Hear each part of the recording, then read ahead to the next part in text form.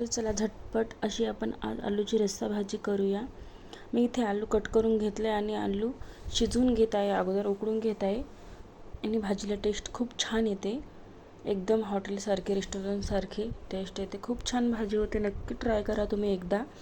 मी इथे आलू मस्त असे छोटे छोटे कट करून घेतले आणि उकळलेल्या पाण्यामध्ये टाकले. हे बघा आता मी चेक करते शिजले का आलू. असे मस्त उकळून घ्यायचे आलू छान फोडी. हे बघा आलू आपले शिजले. थोडेसे 10% कच्चे राहू द्यायचे आलू, पुन्हा नंतर उकळीमध्ये शिजून जातील 10 ते 20%. मी इथं तेल गरम केलं आणि त्यामध्ये थोडासा कांदा टाकते. मस्त असा कांदा परतून घेते लालसर होईपर्यंत. हे बघा कांदा, त्यामध्ये आता मोहरी आणि जिरा टाकले, ते पण असं परतून घेते. आता आपण लसूण टाकू. लालसर कांदा झालेला आहे. मी इथे लसूण टाकला.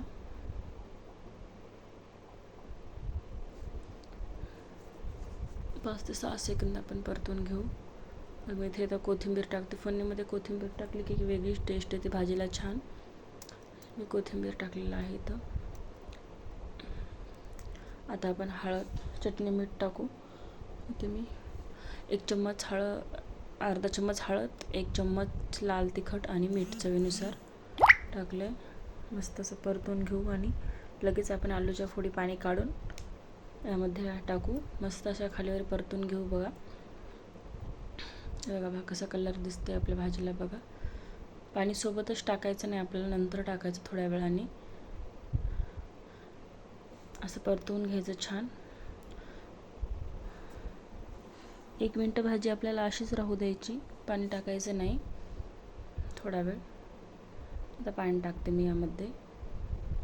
पाणी नंतर सोकून घेते. आपल्याला अगोदर भाजी शिजलेली आहेत आपल्या फोडी, त्यामुळे आपल्याला पाणी कमीच टाकायचं, कारण की आपल्याला आता इथं पाणी लागणार नाही. आपल्या आलूच्या फोडी शिजलेल्या आहेत.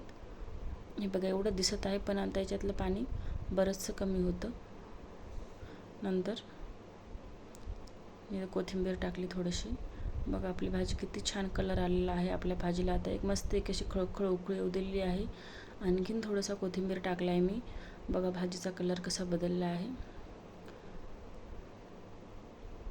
किती छान आपली भाजी झालेली आहे. बघा एकदम अशी झटकीपट रेसिपी आहे. नक्की तुम्ही ट्राय करा. बघा आपली भाजी किती छान दिसत आहे.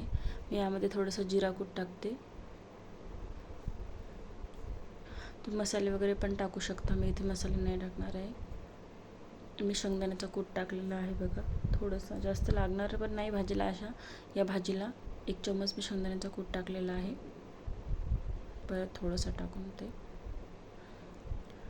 बघा आपली भाजी किती छान झाली. एकदम पुरीसोबत तर खूप छान लागते ही भाजी. नक्की ट्राय करा तुम्ही. आलूची भाजी अशा पद्धतीने नक्की बनवा तुम्ही.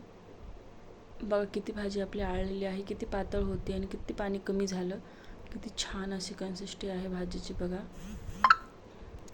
बघा किती छान आपली भाजी झालेली आहे एकदम अशी.